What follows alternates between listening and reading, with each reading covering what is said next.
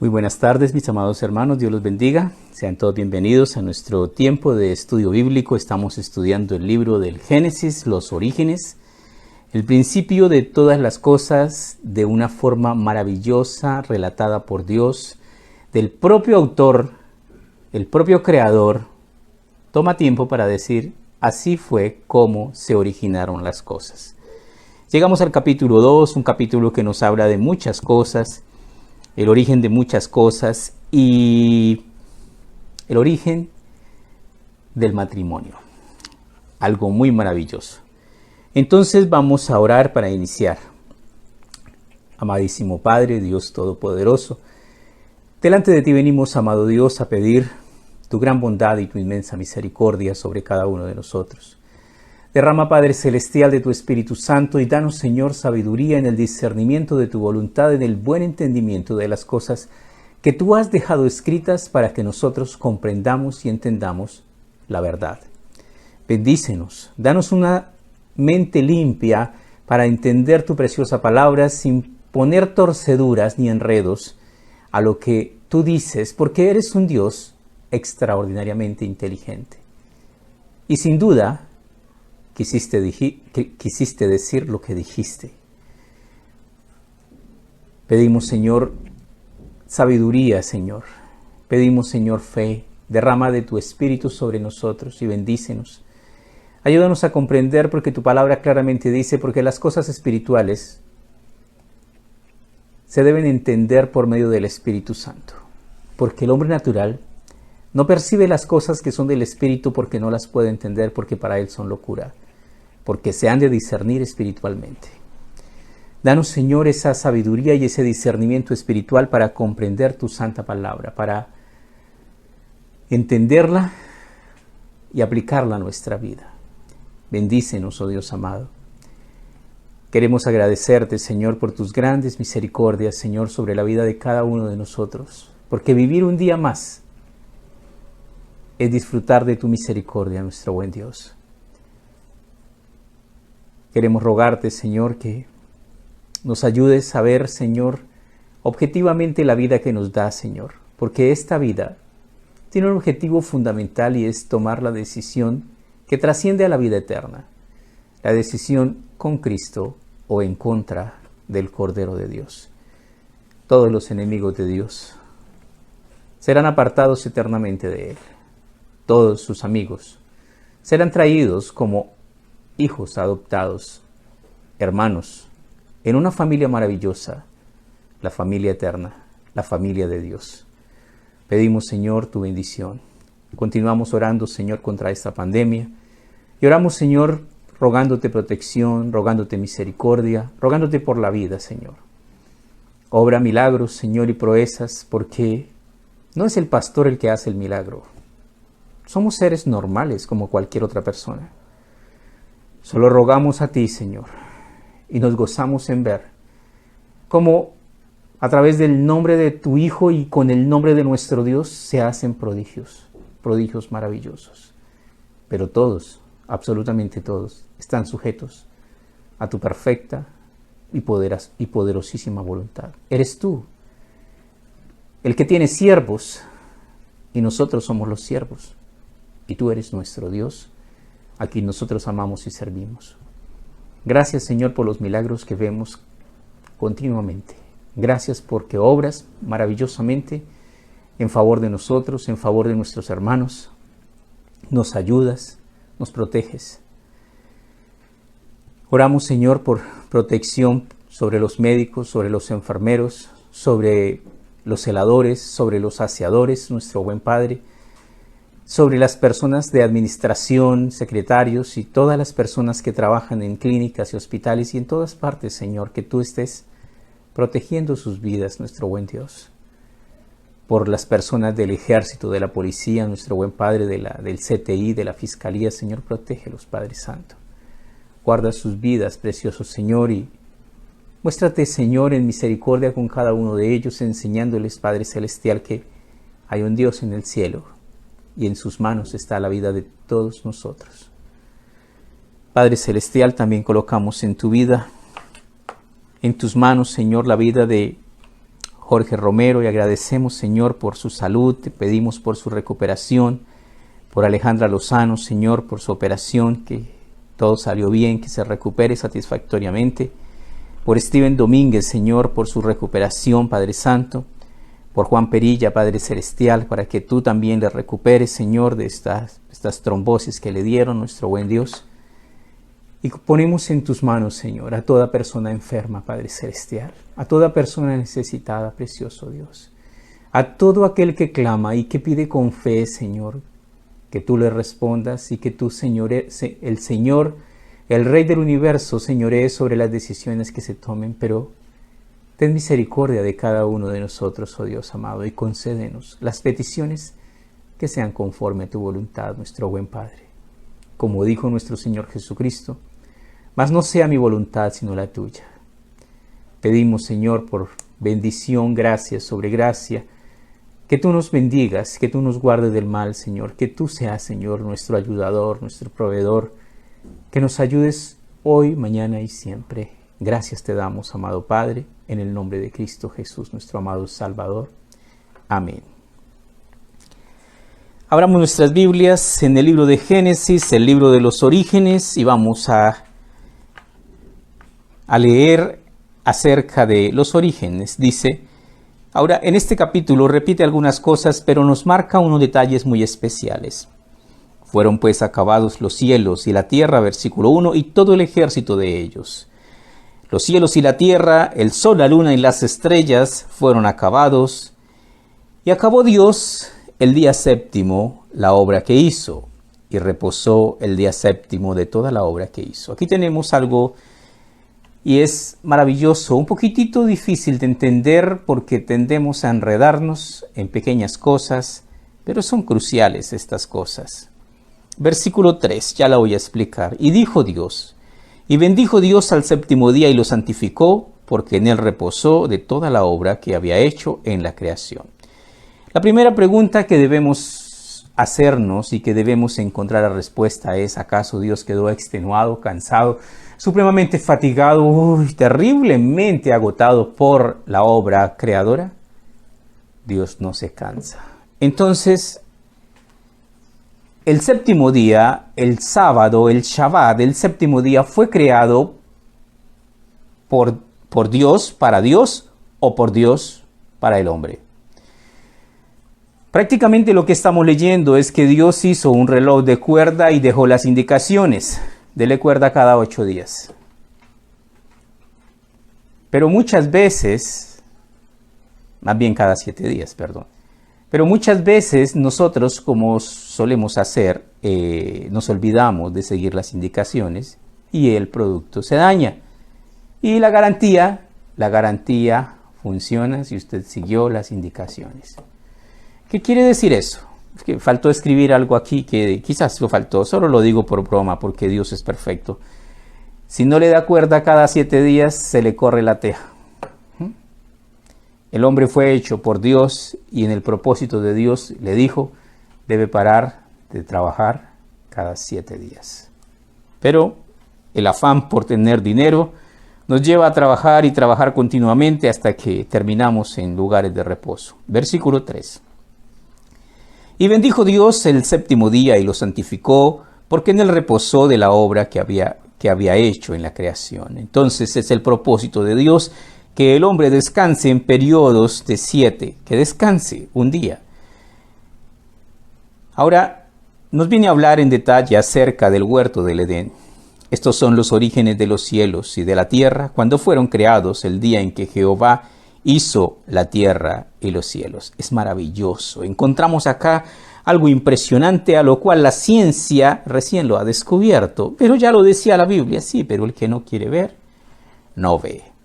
Estos son los orígenes de los cielos y la tierra cuando fueron creados, el día en que Jehová hizo la tierra y los cielos. ¿Qué vimos en la creación? ¿Qué fue primero? ¿El huevo o la gallina? La gran pregunta. Y la respuesta es obvia en la Biblia. Dice, la gallina fue creada primero. Los animales se hicieron grandes y completos inmediatamente después de la palabra creadora de Dios. Aquí tenemos otra cuestión supremamente maravillosa que nos habla acerca de los orígenes, de todas las cosas. Y es una pregunta supremamente aterradora con una respuesta supremamente sencilla. ¿Qué fue primero, el huevo o la gallina? ¿Qué fue primero? ¿El sol o la tierra? Indiscutiblemente el sol. Indiscutiblemente estamos equivocados. ¿Qué dice la Biblia? ¿Cuántos días le lleva de antigüedad la tierra al sol? El cuarto día fue hecho el sol. 4 días. ¿Quiere decir que la tierra es el planeta más antiguo? No quiere decir. Eso dice. Y lo dice con toda autoridad y con todo apropio. Así es. Entonces nos dice, el día en que Jehová Dios hizo la tierra y los cielos, y toda planta del campo antes que fuese en la tierra, y toda hierba del campo antes que naciese, porque Jehová Dios aún no había hecho llover sobre la tierra, ni había hombre para que labrase la tierra. Aquí tenemos la razón por qué Noé predicó 100 años o quizás más, va a llover, y empezó a construir el arca de Noé. Construyó tremenda arca y la gente no creía que iba a llover. Oiga, pero qué gente tan terca, si a veces llueve a cántaros. Pero ahora, en esos días, ¿qué dice? No llovía. Y si nunca había llovido, pues es obvio que la gente no crea. Porque Jehová Dios aún no había hecho llover sobre la tierra, ni había hombre para que labrase la tierra, sino que subía de la tierra un vapor, el cual regaba toda la faz de la tierra. Se conoce como el fenómeno de invernadero, en el cual se hace una densa capa de agua, cubre la tierra y se genera un clima, un solo clima sobre la tierra. Versículo 7. Entonces Jehová Dios formó al hombre del polvo de la tierra. Alguna vez la gente se pregunta y a veces se encuentra la respuesta que ¿por qué el hombre es un ser tan bajo? Ah, ya entendí por qué. ¿Por qué es tan malo? Barro. Entonces Jehová Dios formó al hombre del polvo de la tierra y sopló en su nariz aliento de vida y fue el hombre un ser viviente. Este versículo 7 es maravillosamente majestuoso. Dice, entonces Jehová Dios formó, esta palabra formó, usa la palabra en el original, Dios se inspiró, como el que se inspira para crear un poema, unas palabras románticas. Entonces Jehová Dios formó al hombre del polvo de la tierra y sopló en su nariz aliento de vida y fue el hombre un ser viviente. Acá tenemos algo maravilloso, maravilloso, maravilloso, impresionante. El único ser creado directamente por las manos de Dios, al único ser que Dios le sopló aliento de vida, fue al hombre. ¿Está bien dicho cuando decimos que el hombre es un animal racional? No, no está bien dicho. Todos los animales salieron, produzcan las aguas, seres vivientes, aves, produzcan la tierra y produjo. Y todo salió y todo fue creado y la tierra está llena de seres, pero cuando Dios creó al hombre, tomó un tiempo especial y lo hizo de manera única. Seguimos leyendo, dice, y sopló en su nariz aliento de vida. El soplo de Dios nos da el regalo eterno, el alma. El alma que pecare, esa morirá. Dice la palabra de Dios hablando de las partes del ser humano, el polvo, el cuerpo, vuelva a la tierra como era. El espíritu vuelva a Dios que lo dio. Y el alma que pecare, esa morirá. Nuestros componentes orgánicos son los mismos de una palada de tierra. ¿Qué dice la Biblia? Que nos hizo del polvo de la tierra. Son los mismos componentes. Tenemos otra parte, una parte espiritual que se llama el espíritu. Ese espíritu que algunos llaman conciencia y que muchas personas son muy valientes de día y muy cobardes de noche debido a que los acusa su conciencia. Y hay otra parte que es el alma. Curiosamente, todas son distintas. El cuerpo fue hecho de tierra, se descompone y vuelve a la tierra. Los gusanos dicen, qué bueno que era. Porque polvo eres y al polvo volverás. El espíritu. El espíritu es una parte que viene de Dios, que nos llama la atención, que nos exhorta sobre el camino bueno y también nos tortura sobre el camino malo. Y el alma, el espíritu es de Dios y vuelve a Dios. El espíritu no se contamina con los pecados del cuerpo. Pero el alma sí. Lo que hacemos en pecado en este cuerpo carnal lo pagará nuestra alma por los siglos de los siglos de los siglos, eternamente y para siempre. Y si el cuerpo que es hecho de polvo y vuelve al polvo, que es simplemente una morada, una tienda, lo llama Dios, un lugar momentáneo, y el espíritu es de Dios, ¿realmente qué somos? Y esa es la pregunta del millón. Somos almas.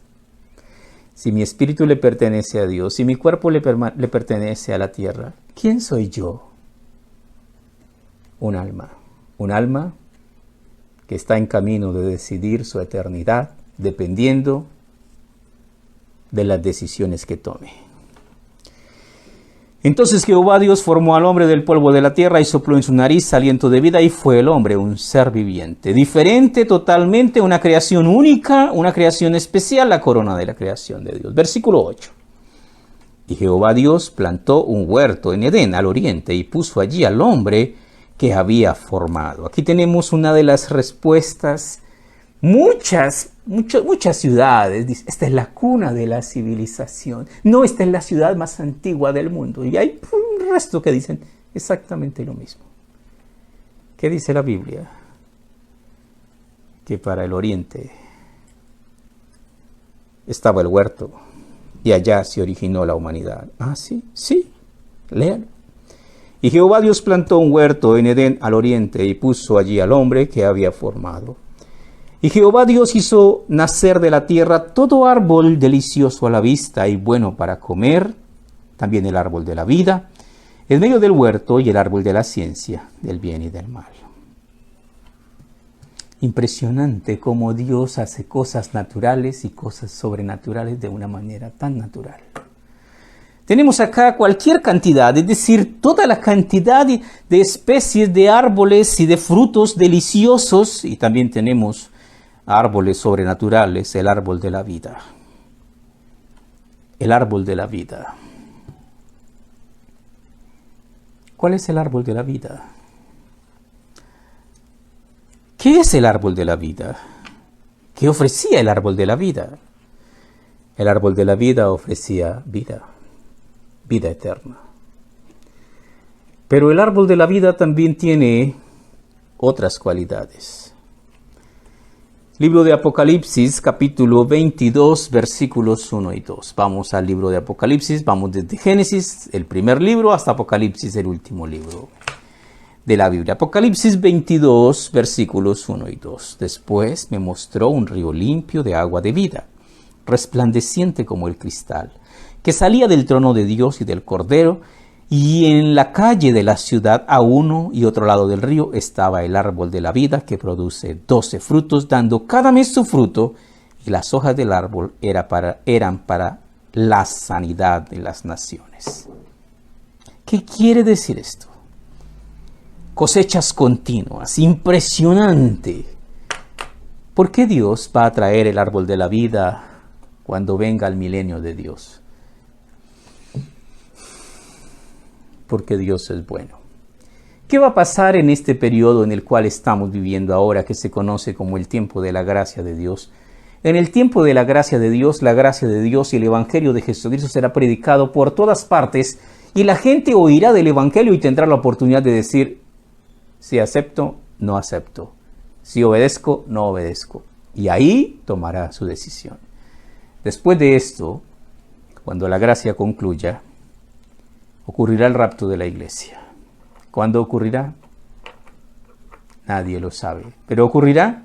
Dios lo ha prometido y ocurrirá. En un momento, en un abrir y cerrar de ojos, al sonar de la final trompeta, desaparecerá la iglesia de la tierra. Desaparecer la iglesia de la tierra. Qué curioso, parece que ya empezamos. Tenemos los templos cerrados, Sí, parece que ya empezamos. Mira que hay algo muy curioso. Hace poco tuvimos una reunión con varios pastores de Capilla Calvario y todos tienen un sentir impresionante. Y el sentir que todos tienen es el rapto de la iglesia. Está muy cerca. Proféticamente, es muy cierto.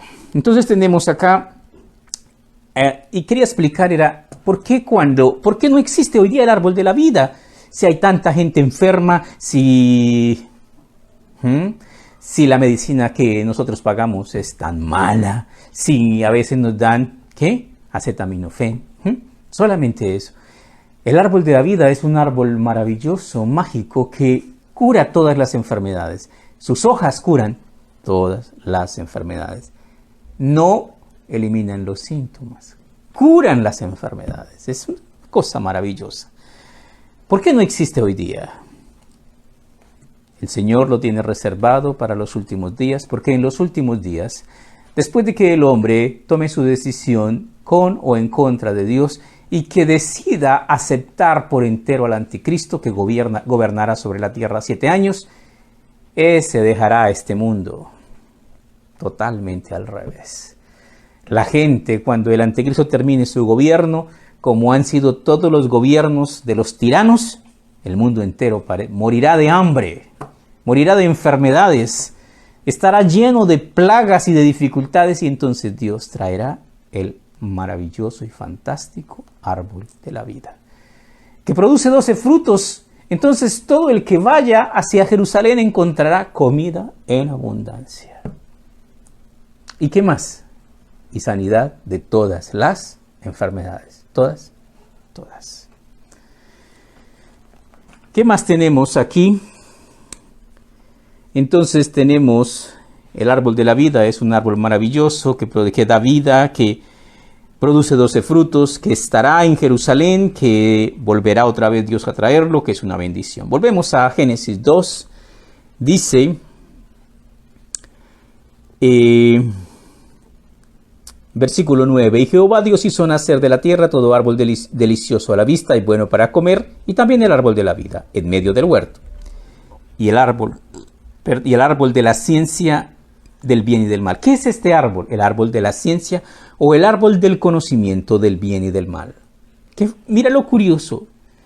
¿Te ha pasado que te ponen a escoger y escoges lo malo? Al hombre no se le prohibió comer del árbol de la vida, pero no comió. Cuando Dios puso al hombre en el jardín del Edén, le dio una ley de un solo mandamiento, de uno solo. Y le dijo, de todo árbol del huerto podéis comer, pero del árbol de la ciencia del bien y del mal no comerás, porque el día que comas de él ciertamente morirás. Y el hombre escogió desobedecer y perder toda la buena voluntad de Dios. Entonces tenemos el árbol de la ciencia del bien y del mal, que es el árbol del conocimiento del bien y del mal. El hombre conocía el bien, no conocía el mal, comió del árbol y adquirió el conocimiento del mal. Y por esa razón, el hombre es malo por naturaleza. ¿Quién le dijo a Caín, véngase de su hermano Abel, mátelo? ¿Quién le dijo a Caín? ¿Estaban solos? ¿Quién le dijo? Su naturaleza pecaminosa, perversa y mala. Versículo 10. Y salía de Edén un río para regar el huerto, y de allí se repartía en 4 brazos. El nombre de uno era Pisón, y este es el que rodea la tierra de Ávila, donde hay oro. Y el oro de aquella tierra es buena. Hay allí también bedilio y ónice. ¡Qué impresionante! ¿Cómo es que se escribe el Génesis si ya hay metales y todo esto? Simple. No hubo evolución.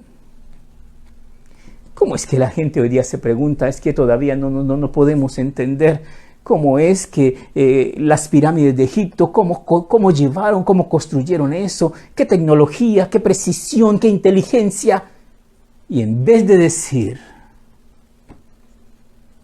definitivamente Dios nos hizo seres inteligentes, no, extraterrestres, cualquier otra cosa. El hombre toda la vida ha sido inteligente y sigue siendo inteligente. Entonces nos sigue diciendo acá, y el oro de aquella tierra es bueno, y hay allí también bedilio y onice. El nombre del segundo río es Gión. Este es el que rodea la tierra de Cus.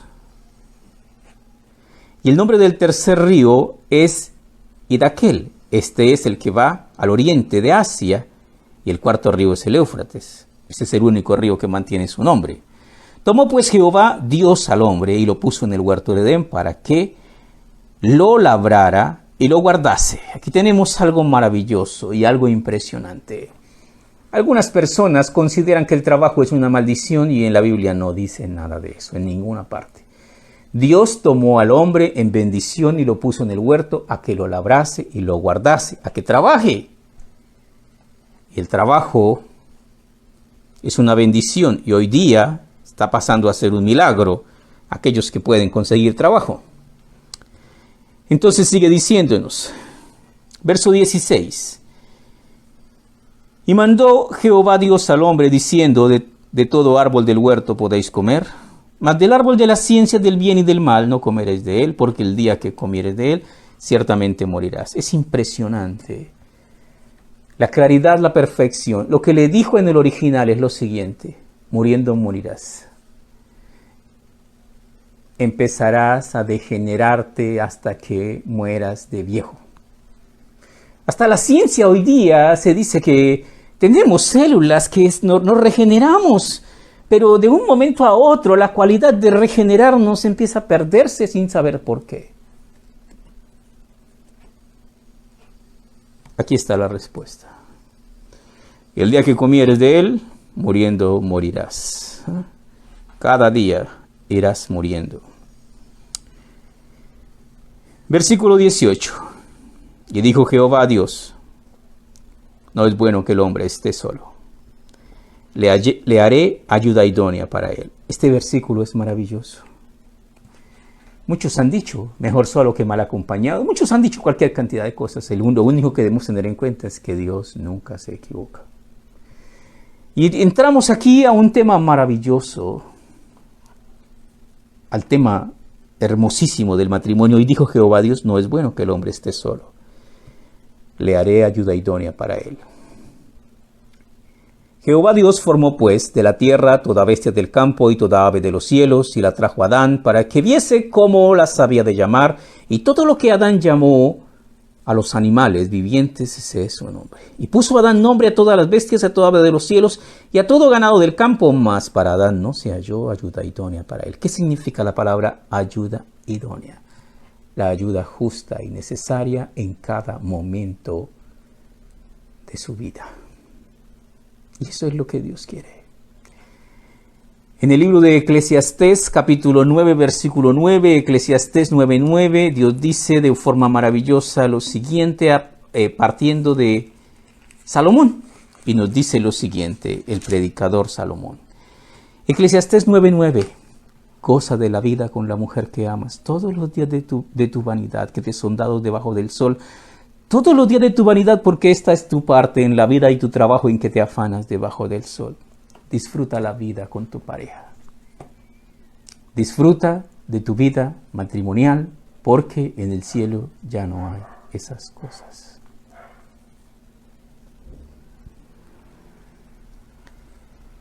Es importante que nosotros entendamos lo que el matrimonio es un gozo, es un deleite. Somos los dos contra el mundo para enfrentar los problemas que nos toque vivir. Pero muchas veces lo hemos convertido en el uno contra el otro. En cómo buscar amargarnos la vida, en cómo destruirnos, cuando ese no es el propósito. ¿Cuál es? Goza de la vida con la mujer que amas todos los días de la vida de tu vanidad que te son dados debajo del sol. Esto es algo maravilloso. cosas de la vida, todos los días. ¿Te has puesto a pensar cuántos años tenía Sara cuando concibió de Abraham su hijo Isaac? Tenía 90 años. ¿Y cuántos años tenía Abraham? 100 años.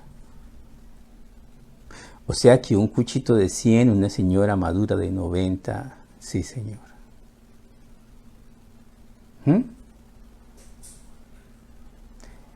¿Cómo se hace eso? Aceptando que estamos viejos, amando a nuestro cónyuge. El amor nunca muere. Pero las mañas logran hacer vicio. Volvemos entonces a nuestro estudio y seguimos en este capítulo maravilloso. Y dice, entonces Jehová Dios hizo caer sueño profundo sobre Adán. Algunos dicen, no, es que este solo hay que cogerlo es dormido. O sea, despierto no lo agarra nadie. Y mientras éste dormía, tomó una de sus costillas y cerró la carne en su lugar. Aquí hay tanto para explicar. Muchos hombres viven descontentos, inconformes, porque su esposa no piensa como ellos, no actúa como él, no hace lo que él, o sea, no es igual a él. Jamás será igual. Somos seres totalmente diferentes. El hombre fue hecho de barro y la mujer fue hecha de una costilla. ¿Qué tienen que ver las costillas? Protegen el corazón. ¿Qué tiene que ver el corazón con esto? Sobre toda cosa guardada, guarda tu corazón, porque de él mana la vida. Significa, muchos dicen que nuestros sentimientos, hay personas que llegan a concluir que cuando tienen penas emocionales muy fuertes, dolores morales, dice que les duele el corazón. ¿Por qué la mujer es tan sensible, tan sentimental, puro sentimiento, pura ternura, puro romanticismo, ¿Por qué? Porque somos distintos. Porque fue hecha así. Sigamos leyendo. Entonces Jehová Dios hizo caer sueño profundo sobre Adán, y mientras éste dormía, tomó una de sus costillas y cerró la carne en su lugar. Y de la costilla que Jehová Dios tomó del hombre hizo una mujer y la trajo al hombre. ¿Qué significa este versículo 22? Algunos digo, eso es lo que la ciencia ha descubierto y se llama clonación. Sí, ¿sabes cuál es la diferencia? Que Dios hace las cosas perfectas. ¿Y el hombre? El hombre no. Y de la costilla que Jehová Dios tomó del hombre hizo una mujer y la trajo al hombre. Y viene todo un cursillo prematrimonial. Entonces dijo Adán, esto es ahora hueso de mis huesos. Y carne de mi carne, este huesito es mío, dijo Adán. Será llamada varona, porque del varón fue tomado. ¿Qué quiere decir esto? Es mía. Y el versículo 24. Adán no tenía por qué decir este versículo 24, pero inspirado por Dios lo dijo. Por tanto dejará el hombre a su padre y a su madre y se unirá a su mujer y serán una sola carne. Impresionante.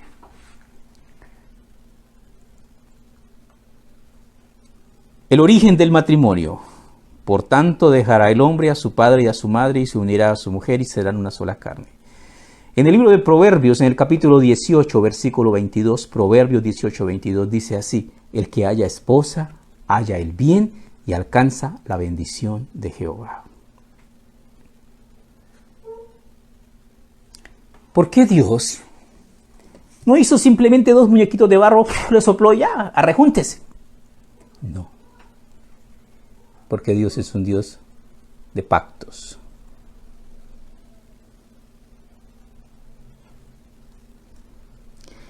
Ya lo voy a explicar. Vamos al libro de Malaquías.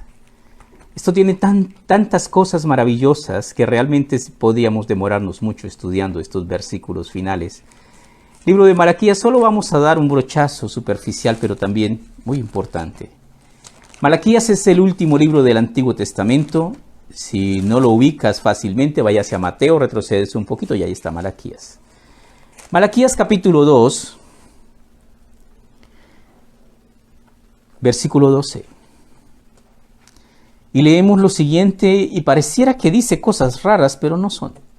Jehová cortará de las tiendas de Jacob al hombre que hiciere esto, al que vela y al que responde, al que ofrece ofrenda a Jehová de los ejércitos. Y esta otra vez haré cubrir el altar de Jehová de lágrimas, de llanto, de clamor. Así que no miraré más la ofrenda para aceptarla con gusto de vuestra mano. Mas diréis, ¿por qué? Porque Jehová ha atestiguado entre ti la mujer de tu juventud contra la cual has sido desleal, siendo ella tu compañera. ¿Y qué más dice? Y la mujer de tu pacto. ¿Qué es el matrimonio? Es un pacto. Dios es un Dios de pactos. Y los pactos se cumplen o se pagan. Entonces, ¿qué dice? ¿No hizo él uno, habiendo en él abundancia de espíritu?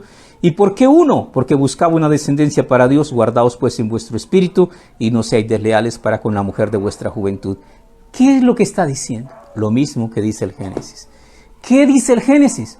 Un hombre para una mujer, unidos, dos unidos para que sean uno, para que se acompañen, para que se ayuden, para que se amen, para que se disfruten, hasta que la muerte los separe. Y Dios no ha cambiado. Dios es inmutable. Entonces tenemos esto, y finalmente el 16 dice, porque Jehová Dios de Israel ha dicho que él aborrece el repudio, y el que cubre de iniquidad su vestido. Dijo Jehová de los ejércitos, guardaos pues en vuestro espíritu, y no seáis desleales. ¿Qué quiere decir? Dios aborrece el repudio. ¿Qué quiere decir? Dios no acepta el divorcio. Ay, pero es que yo ya me divorcié. Cada uno de nosotros tendremos que rendirle cuentas al Señor. Hay mucho que hablar sobre este tema, pero no tenemos todo el tiempo. Sin embargo, para que lo entendamos, le preguntaron a Jesucristo si este es el caso del hombre y la mujer, no conviene casarse. Jesucristo les dijo, algunos no fueron hechos para cumplir un ministerio tan grande, tan hermoso y tan especial como el matrimonio. Pero hay otros que sí. ¿Por qué Moisés nos permitió pues dar carta de divorcio? Y Jesucristo les dijo perfectamente la razón. ¿Por qué? Por la dureza de vuestro corazón. Pero en el principio no fue así.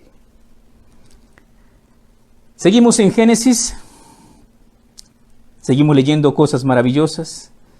Por tanto dejará el hombre a su padre y a su madre y se unirá a su mujer y será una sola carne.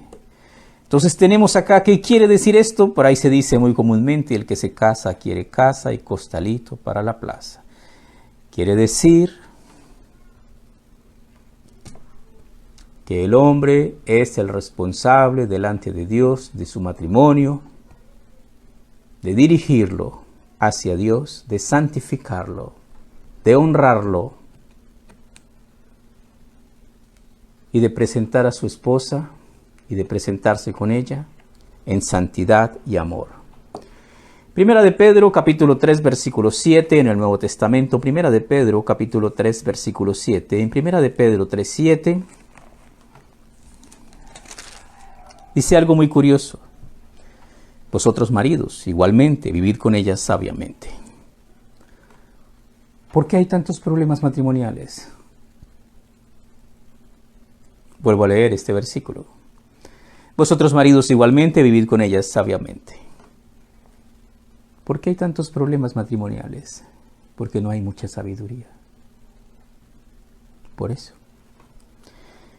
Vivid con ellas sabiamente, dando honor a la mujer como a vaso más frágil y como a coherederas de la gracia de la vida, para que vuestras oraciones no tengan estorbo. ¿Qué quiere decir este versículo? Cuando tú no honras a tu esposa, cuando discutes con ella, Dios no escucha tu oración. Porque es ilógico que somos dos, pero somos uno y andamos peleados el uno con el otro. Vosotros, maridos, igualmente vivid con ellas sabiamente, dando honor a la mujer como a vaso más frágil y como a coheredera de la gracia de la vida, para que vuestras oraciones no tengan estorbo. Aprender a vivir con sabiduría. Vamos un momentito a Efesios, libro de Efesios. Y en Efesios,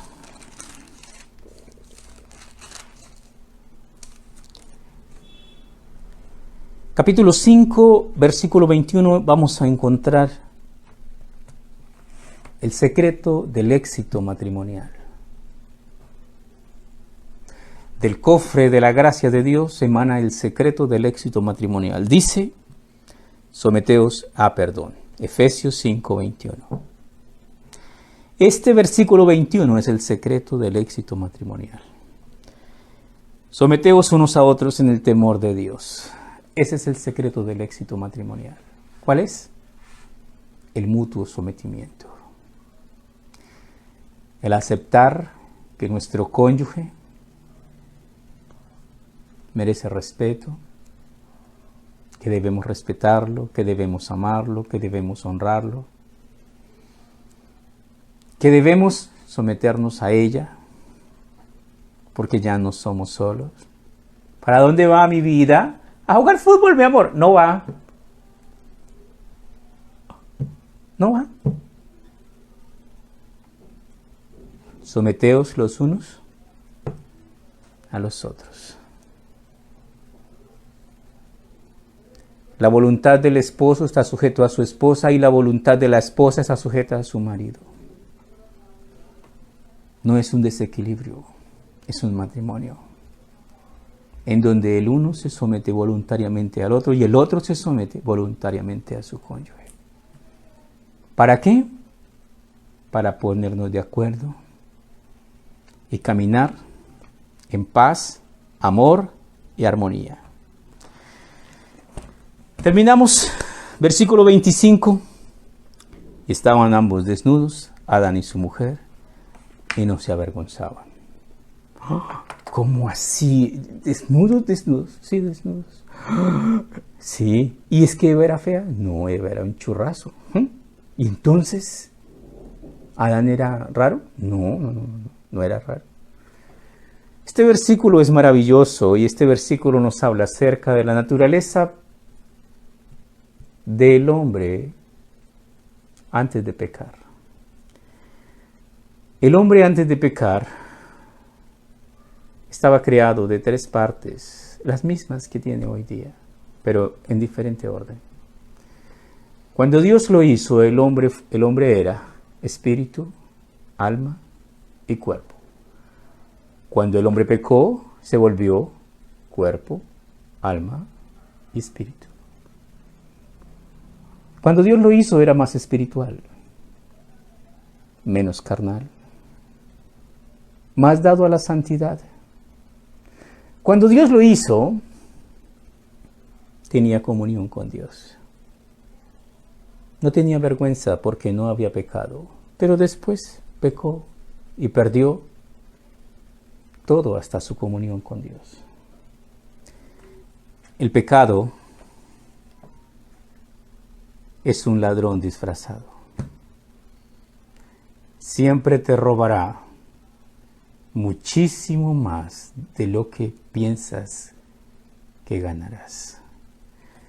El hombre pecó, tomó del árbol prohibido y comió, ¿y qué ganó? Nada. Perdió el paraíso, perdió su santidad, perdió su comunión con Dios y se ganó la muerte. Y siempre el proceso del pecado ha sido igual.